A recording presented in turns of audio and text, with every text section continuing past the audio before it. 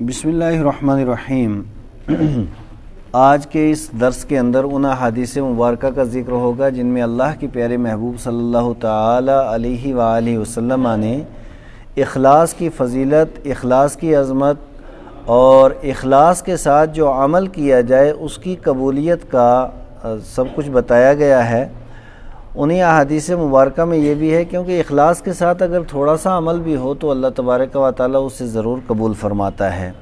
اور اگر ریاکاری کی بنیاد پر کتنا زیادہ عمل کیوں نہ ہو تو اللہ تبارک و تعالیٰ کے نزدیک اس کی کوئی حیثیت نہیں ہے۔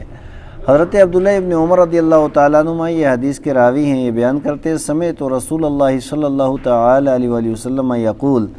میں نے مصطفیٰ کریم صلی اللہ تعالی علیہ وآلہ وسلم سے سنا کہ 3 لوگ جا رہے تھے، یعنی پہلے زمانے کے 3 لوگ تھے، وہ سفر میں جا رہے تھے اور جاتے جاتے راستے میں تیز بارش ہوئی، موسلادھار بارش ہوئی، تو بارش سے بچنے کے لیے انہوں نے ایک غار کے اندر پناہ لی، اور جو ہی وہ غار کے اندر جا کر کے بیٹھے تو اتنے میں ایک اتنی بڑی چٹان آئی اور آتے ہی غار کے منہ کے اوپر آ کر کے وہ رک گئی اور یہ تینوں آدمی اس کے اندر بند ہو گئے۔ اب وہ زمانہ ایسا تھا کہ اس میں یہ موبائل تو تھے نہیں کہ کسی کو اطلاع کر دی جاتی، دیکھنے والا بھی کوئی نہیں راستے میں دائیں بائیں، کیونکہ بارش اور اس طرح کا موسم تھا، تو اب وہ بھی کوئی نہیں ہے کہ جو کسی کو اطلاع کرے۔ تو اب صاف ظاہر ہے کہ یہ اندر ہیں اور آگے اتنی بڑی چٹان ہے، نکلنے کا راستہ ہی کوئی نہیں۔ تو اب یہ تینوں وہاں پہ جو ہی اندر ہوئے تو اس کے بعد یہ کہنے لگے کہ کیوں نہ ہم اللہ تبارک و تعالیٰ کی بارگاہ میں دعا کریں اور دعا کرنے کے بعد ہم اس عمل کو اللہ کی بارگاہ میں بطور وسیلہ پیش کریں جو عمل خدا تعالیٰ نے اپنی بارگاہ میں قبول فرمایا ہے۔ اب تینوں نے دعا کی تو پہلے نے یہ دعا کی کہ مولا کریم میرے ماں باپ تھے اور وہ نہایت بزرگ تھے اور میں ان کی خدمت کرتا تھا، اور خدمت کا تو طریقہ یہ تھا کہ ہمیشہ میں ان کی خدمت میں لگا رہتا، اور میرے جو جانور تھے تو ان کو میں جنگل میں لے جاتا دن بھر، اور اس کے بعد شام کو جب آتا تو ان کا دودھ نکالتا،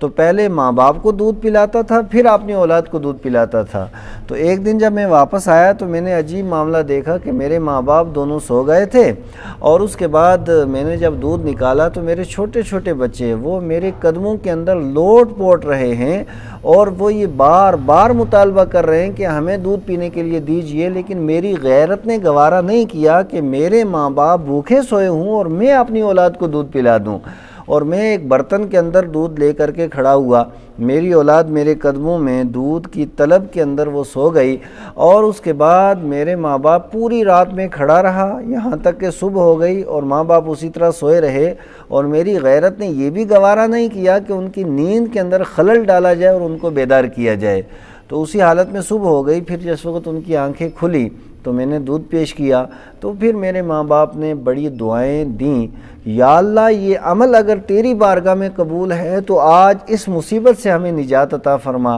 جو ہی یہ کہنا تھا تو اتنی بڑی چٹان اپنی جگہ سے ہل گئی، ہل تو گئی لیکن باہر پھر بھی بندہ نہیں نکل سکتا۔ بہرحال آکسیجن کی کمی تو پوری ہوئی۔ اس کے بعد دوسرا شخص کہنے لگا کہ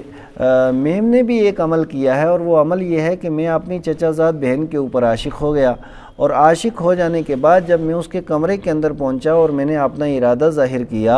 اور اس کے بعد جب اس نے کوئی ایسا لفظ کہا جو میرے دل کے اوپر اثر انداز ہوا تو میں نے اللہ کی بارگاہ میں توبہ کی، اور ایسی سچی توبہ کی کہ اس کے بعد میں کبھی بھی یعنی غلط کام کا خیال بھی میرے دل میں نہیں آیا۔ اے اللہ اگر یہ عمل تیری بارگاہ میں قبول ہے تو آج اس مصیبت سے نجات دے۔ تو کہہ رہے ہیں وہ چٹان تھوڑی سی اور ہل گئی۔ پھر اس کے بعد تیسرا کہنے لگا کہ میں نے بھی ایک عمل کیا ہے کہ ایک آدمی نے میرے ہاں مزدوری کی تھی اور اس کے بعد چلا گیا، وہ مزدوری کا میں نے گیہوں خریدا، اور خریدنے کے بعد تھوڑا سا وہ اس کو بو دیا، اس کے بعد جب گیہوں نکلی تو اس کے بعد اس کو کاٹ کر کے اس کو بیچ کر کے میں نے ایک جانور خریدا، اور اس سے پھر آگے جانوروں کا سلسلہ جاری ہوا، اور کئی ایک جانور ہو گئے اور نوکر چاکر سب۔ اور پھر بعد میں ایک زمانے کے بعد جب وہ آدمی آیا اور اس نے مزدوری کا مطالبہ کیا تو میں نے سارے جانور اس کے حوالے کر دیے، تو اس کے بعد وہ کہنے لگا میرے ساتھ مذاق کیوں کرتا ہے؟ تو میں نے کہا مذاق نہیں، میں نے پوری حقیقت بتائی اور وہ سارے جانور میں نے اس کے حوالے کر دیے اور میں صرف ان کی حفاظت کرتا رہا۔ یا اللہ یہ عمل اگر تیری بارگاہ میں قبول ہے تو آج تو ہمیں اس مصیبت سے نجات عطا فرما دے۔ جب یہ عمل اللہ کی بارگاہ میں پیش ہوا تو چٹان آگے سے ہٹ گئی اور یہ تینوں سلامتی کے ساتھ باہر نکل آئے۔ یعنی اس حدیثی اس واقعہ سنانے، یہ متفق علیہ حدیث ہے، صحیح بخاری صحیح مسلم کے اندر موجود ہے۔ یعنی اخلاص کے ساتھ کوئی عمل اگر اللہ تبارک و تعالیٰ کی بارگاہ میں پیش کیا جائے اور اس کے بعد جب مصیبت ہو تو اس اخلاص والے عمل کی وجہ سے اللہ تعالیٰ بڑے بڑے مصیبتوں کو دور فرما دیتا ہے۔ اور اس حدیث پاک کو یہ متفق علیہ ہے اور سنن نسائی کے اندر اور صحیح ابن حبان کے اندر بھی یہ حدیث پاک موجود ہے۔ حضرت انس بن مالک رضی اللہ تعالیٰ عنہ بیان کرتے ہیں کہ مصطفیٰ کریم صلی اللہ تعالیٰ علیہ وآلہ وسلم نے ارشاد فرمایا من فارق الدنیا علی الاخلاص للہ، کہ جو آدمی دنیا سے چلا گیا اور اس کا عمل صرف اللہ کے لیے ہوتا تھا خالصتاً، یعنی وہ صرف جو عمل کرتا تھا اپنے رب کی رضا کے لیے، رب قدوس کی خوشنودی کے لیے اور اپنے رب کو خوش کرنے کے لیے، اس کے علاوہ دکھاوا یا کسی کو دکھانا یہ اس کا مطلوب و مقصود ہرگز نہیں ہوتا تھا۔ اور ایک وعدہ لا شریک کے ساتھ اخلاص، اور دوسرا وہ نماز قائم کرتا اور زکوٰۃ دیتا، فارکہا واللہ عنہ راضٍ، وہ جب دنیا سے چلا جاتا ہے تو اس کو اللہ تبارک و تعالی کی طرف سے ایک عظیم ترین عطیہ اور ایک عظیم ترین سند ملتی ہے۔ وہ سند کیا ہے کہ اس بندے سے رب قدوس راضی ہوتا ہے، اور اللہ تبارک و تعالی جب کسی سے راضی ہو جائے تو پھر صاف ظاہر ہے کہ وہ کیا منصب اور کیا مقام اور کیا مرتبہ عطا فرمائے گا، یہ تو دینے والا اور لینے والے ہی جانتے ہیں۔ اور یہ حدیث جو ہے امام حاکم نے اس حدیث پاک کو روایت کیا اور سنن ابن ماجہ کے اندر بھی یہ حدیث پاک موجود ہے۔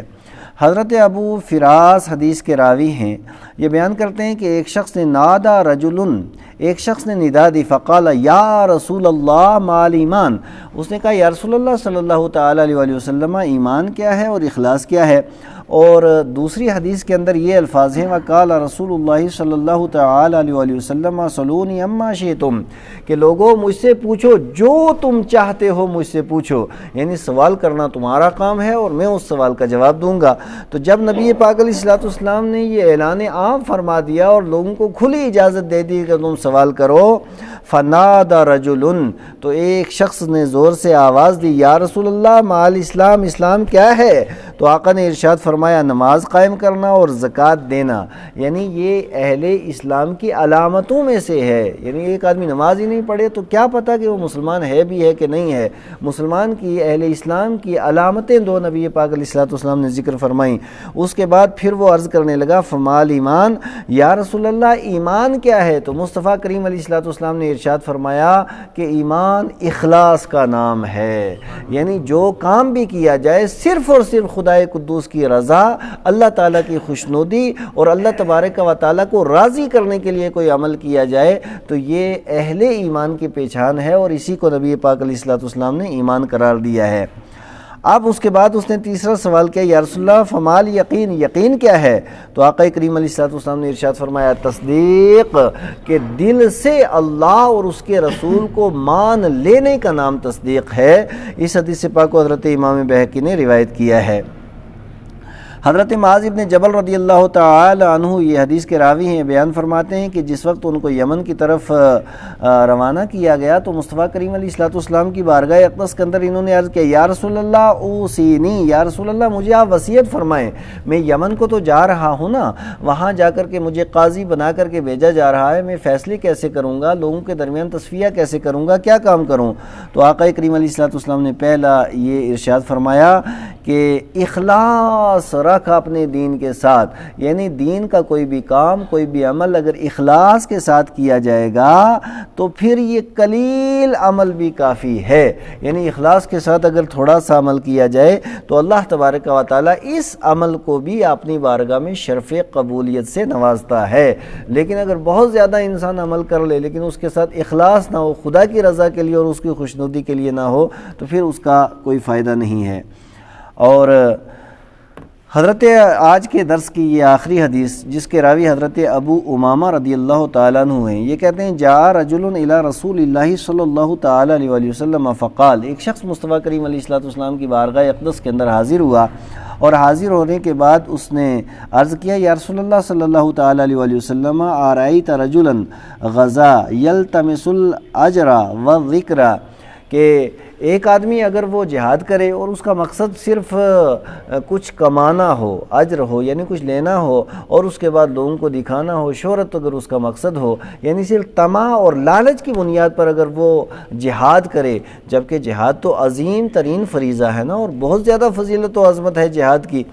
تو اب نبی پاک علیہ الصلوۃ والسلام کی بارگاہ میں عرض کیا لیکن اس کا مقصد کیا ہے؟ صرف لالچ اور طمع ہے، ما لہ، اسے کیا ملے گا؟ تو آقا نے ارشاد فرمایا لا شیء لہ، اسے کچھ بھی نہیں ملے گا، یعنی آخرت کے اندر اللہ کے ہاں اس کا کوئی حصہ نہیں ہے، کیونکہ اس کی جو نیتوں کے فیصلے جو ہوتے ہیں نا وہ ہمیشہ نیتوں کے اوپر ہوتے ہیں۔ اور اس کو نبی پاک علیہ الصلوۃ والسلام نے 3 بار ارشاد فرمایا کہ اسے کچھ بھی نہیں ملے گا۔ ثم قال، اس کے بعد ارشاد فرمایا ان اللہ عز وجل لا يقبل من العمل الا ما كان له،